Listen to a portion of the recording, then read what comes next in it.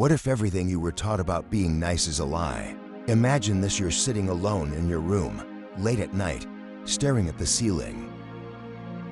The faint sound of rain taps your window, matching the rhythm of your racing thoughts. A flickering streetlight casts shadows on your wall, and there's this heavy feeling in your chest, like a stone you can't shake off. You're tired, bone deep tired, but you don't even know why. Maybe it's because you spent your whole day saying yes when you wanted to scream no.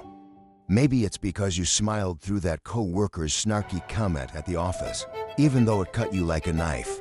Or maybe it's because you've been trying so hard to be the good guy, the nice friend, the perfect colleague, that you've forgotten what it feels like to be you. Sound familiar? I bet it does. See, growing up, we were all taught the same fairy tale: be kind, be humble, keep the peace, and the world will love you for it. But let me ask you something: how's that working out for you? How many times have you swallowed your anger, erased your own needs, just to avoid a fight? How many times have you given your all, only to be ignored, used, or pushed aside? I've been there, and I know you have too. I'll tell you about Sarah from Austin. She gave everything to be the nice one, but it cost her everything. Here's the raw truth: the world doesn't reward the nice guys, it rewards the ones who know how to play the game. But someone, centuries ago, saw through this lie: a man named Machiavelli, who dared to show us what real power looks like. This isn't about becoming cold or cruel, it's about waking up. In this video, we're diving deep into why being too nice might be the very thing holding you back, and how Machiavelli's forgotten lessons can help you take your power back. Ready to break free from the nice guy trap? Let's start this journey together right now. Let me pull back the curtain on something dark and unspoken. You've been sold a lie, a quiet, comforting lie that says if you're kind, if you're always the one to say sorry first, if you bend over backwards to keep everyone happy, the world will hand you respect on a silver platter. It's the story we've all heard growing up: be the good guy and good things will come. But here's the shadowy truth that creeps in: when the lights go out, blind kindness doesn't win you love, it makes you a target. It's a dangerous trap. People notice you're afraid to say no, and like wolves circling prey, they take more, knowing you won't push back. Picture the office: fluorescent lights buzzing, your desk piled high with papers you stayed late to finish for a teammate, while across the room, someone else, the one who always said no, gets the promotion you dreamed of. Or the friend group where you're always the listener, nodding through their drama, but when you're drowning, no one even notices. The world doesn't see your heart, it sees how much it can take from you. And in that chase, you're left with nothing but a hollow ache, feeling invisible, unappreciated, like you're screaming into a void. This isn't just a hunch, it's a pattern. A trap dressed up as virtue that doesn't just steal your time, it steals your sense of self, turning you into a shadow of who you could be. So take a deep breath and ask yourself, have you been chasing a reward that never shows up? Let me tell you about Sarah, a 32-year-old teacher from Austin, Texas, who lived this lie every day. Sarah was the heart of her school. She'd bake cookies for the staff room, cover extra classes when colleagues called out sick, and always had a warm smile, even when she was running on fumes. Everyone loved her for it, or so she thought. Then the budget cuts hit. The principal had to let someone go, and guess who was the first name on the list? Not the guy who barked orders and set firm deadlines, but Sarah, the nice one who never said no. She was stunned, sitting in her empty classroom, the faint hum of the air conditioner mixing with the echo of her own shaky breaths, tears mixing with the crumbs of the last cookies she'd baked. She drove home that night, the Austin skyline blurring through her tears, wondering if she'd ever been more than just a nice one to anyone. Her kindness didn't save her, it made her expendable. Sarah's story isn't just hers, it's a mirror. Maybe you've been there too, giving your all, only to be the one left behind when the music stops. Can you see a piece of yourself in her? Now, let's dive into the shadows of your mind, where this niceness really comes from. It's not just habit, it's fear, lurking like a ghost you didn't know was there. Fear of rejection, fear of conflict, fear that if you stop being the good guy, no one will love you. Picture it, a little kid, told don't upset daddy or be polite, or you'll lose friends. until that fear weaves itself into your soul. For Mike from Chicago, it was his mom's voice echoing, "Don't rock the boat." And now at 40, he can't say no to his boss without breaking into a sweat. Or think of Tom from Atlanta, who always volunteered for community events, but burned out because he couldn't say no, missing his own family milestones. This isn't kindness, it's a mask, a shield you've worn so long you forgot it's not your face. The psychotic truth, that mask hides a deeper wound, a belief that you're not enough unless you please everyone. It's haunting, isn't it? But recognizing it is the first step to breaking free. Here's where we get real, where you take the reins. Think back, can you name a time when your kindness left you feeling drained, used, or invisible? Maybe it was that friend who borrowed money and vanished, or that family member who took your help for granted. Grab a pen, jot it down, don't just think it, write it. What did it cost you? Your energy, your peace, your voice. Now, look at what you wrote. What does this moment teach you about the boundaries you need to set? This isn't about blame, it's about waking up to the pattern. Machiavelli once said the world respects those who command their own space, not those who just give it away. So, let this moment sink in. Where has being too nice stolen from you? Let that question stir something inside, because understanding the cost is how you start to reclaim your power. So, you felt the sting of being too nice, that hollow ache, the moments where your kindness left you empty. Just like Sarah's tears in that Austin classroom or Mike's sweaty palms in Chicago. But what if there's a way out? Enter Machiavelli, a guy from centuries ago who didn't sugarcoat life's harsh edges. In his book, The Prince, he dropped a truth bomb. The world doesn't care about your good heart, it cares about how you're seen. He said, everyone sees what you appear to be, few feel what you are. Think about that. Because in a world where people judge you by your actions, not your intentions, looking weak invites disrespect, something Sarah and Mike learned the hard way. It's not about faking it, it's about showing up with strength, letting people know you're not a pushover. This is your turning point. Stop being invisible and start being present. It's a wake-up call, a shadowy shift, like stepping out of a fog where you were a ghost, into a spotlight where you're finally seen. Machiavelli saw that respect comes from projecting power, not just offering kindness. Are you ready to step into that light? Now, let's peel back the layers of this power game. Machiavelli gave us a chilling metaphor to guide us. He said a leader, yes, that's you now, must be both a fox and a lion. Picture it, the fox, sly and silent, sniffing out traps, dodging the hidden dangers others set for you. Then the lion, roaring with a presence that makes the room pause, a force that demands respect. It's a haunting dance, isn't it? After Sarah lost her job to her own kindness and Mike trembled under his boss's demands, they didn't need to become cruel, they needed to blend cunning with courage. The psychotic truth here is that life's a jungle, and if you're only the gentle deer, you're prey. But if you weave the fox's wisdom with the lion's strength, you become untouchable. That's the power of presence, knowing when to slip away from a trap and when to stand tall. Can you feel that shift stirring in you? Let me bring this to life with Lisa, a 29-year-old barista from Seattle who turned this wisdom into action. Lisa was the friend everyone leaned on. She'd listen to her roommate's endless rants, lend money when rent was due, and always say, "It's fine," even as her own bills piled up. But one day, after her roommate skipped rent again, something snapped, a quiet storm brewing in her chest. She channeled her inner fox, spotting the trap of being used, and her inner lion roared with a firm, "Pay up, or you're out."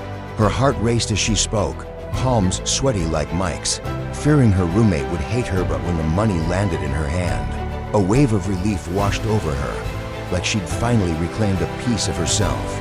Her roommate called her selfish, but paid up the next day.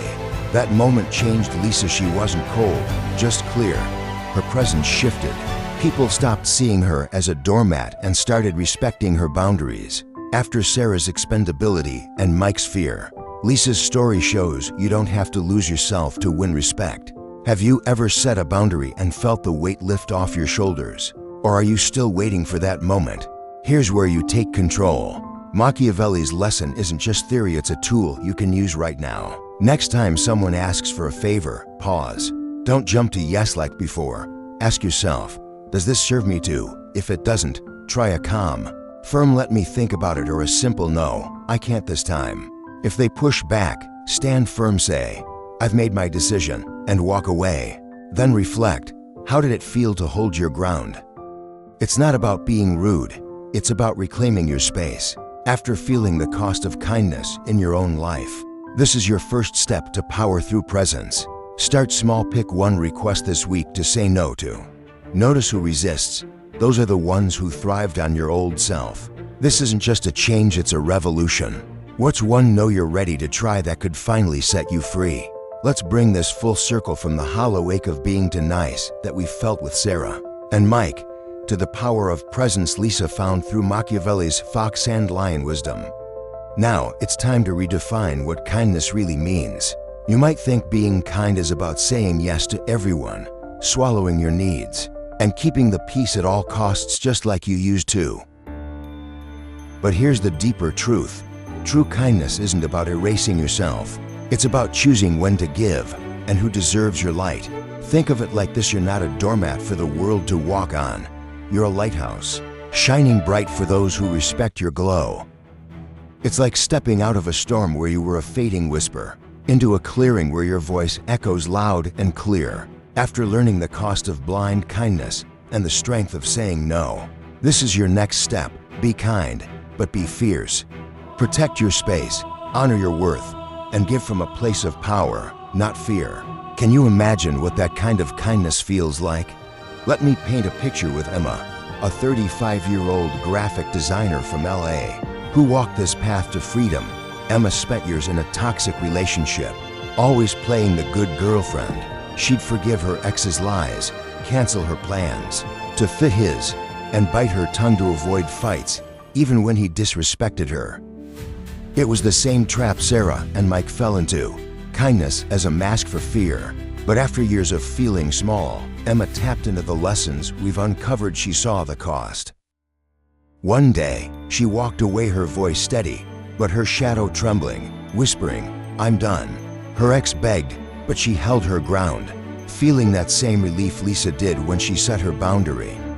Emma didn't turn cold, she turned whole. Months later, she was sketching in a sunny LA cafe. Her hands had shaken as she packed her sketchbooks, heart pounding with the fear of being alone. But in that cafe, her laugh echoed with a lightness she hadn't felt in years. Because she'd learned to be kind to herself first. Emma's story shows that freedom isn't about losing kindness, it's about finding yourself. Does that spark something in you? Now, let's make this real for you, building on everything we've learned. You've seen the cost of being too nice, and you've started saying no with Machiavelli's wisdom. Here's how to walk the path to authentic freedom. First, this week, prioritize one thing that fills your energy, like taking a walk or journaling instead of saying yes to a draining request. If they guilt trip you, hold your ground, say, "I need to take care of myself right now," and walk away. Then journal how it felt to stand firm. Second, watch who pushes back. Those are the people who've been feeding off your old self, just like Lisa's roommate did. Don't let their guilt trips pull you back. You're a lighthouse now, not a doormat. Third, take a moment to reflect. What does freedom look like for you? Is it more time for yourself? A quieter mind? Write it down and let that vision guide you. Now, dig deeper. What's been holding you back from that freedom all this time? These steps aren't just actions, they're a declaration of your worth. After seeing Emma's glow, what's one small step you can take today? This is your moment to rise. Let's ignite that fire inside you. You're not the same person who started this video, weighed down by the cost of blind kindness. You've walked through the shadows. With Machiavelli, learned to roar like a lion, and now you're standing taller, like Emma in that LA cafe. Think of the fear you've carried, the weight you've shouldered. Now imagine letting it go. Feeling that lightness Emma felt, knowing you're enough just as you are. Authentic freedom isn't a dream, it's a choice you make every day. Be kind, but be bold. Give, but don't give yourself away. After all we've uncovered, you're ready to live on your terms, not the world's. Let's build a community of lighthouses. Share in the comments. What's one boundary you've set that made you feel free? Your story could light the way for someone else, just like Emma's did for you. We're in this together, and your journey is just beginning. What does freedom mean to you now? We've been on an incredible journey together, haven't we? You started this video feeling that heavy weight, the hollow ache of being too nice. Like Sarah in her empty Austin classroom, or Mike sweating under his boss's demands. We peeled back the shadows, uncovering how blind kindness can trap you, and then stepped into Machiavelli's wisdom, where Lisa's firm no in Seattle showed us the power of presence. Finally, we redefined kindness with Emma in that sunny LA cafe, learning to be fierce lighthouses shining on our own terms. This isn't just a story, it's your story too. You've walked through the storm with me, faced the fear, and now you're standing taller, ready to choose freedom every day. That's the heart of what we've uncovered. True power isn't about pleasing everyone, it's about honoring yourself. Balancing kindness with strength and living authentically. So, take these 3 keys with you: know your worth, set your boundaries, and choose your kindness wisely. But this journey doesn't end here, it's just the beginning, and I need you with me. Let's keep this fire burning. Hit that like button if this hit home, and share this video with someone who needs to break free from their own nice guy trap. Better yet, tell me in the comments, what's one no you've said this week that changed your day, or one you're nervous but excited to try? I'm reading every word, and your story could light the way for someone else, just like Emma's did for us. Picture us all lighthouses blazing across the country, our lights piercing the darkness together, lifting each other up. We're a community now, a tribe of lighthouses guiding each other through the shadows. Subscribe, because the next video will take us deeper into this transformation, and I can't wait to see where we go next. The shadows may linger, but our lighthouses will outshine them. Stay vigilant, stay strong. So, what's one no you'll say today to claim your freedom, like saying no to that extra task or that draining call? Let's do this together. Your voice matters, and I'm right here with you.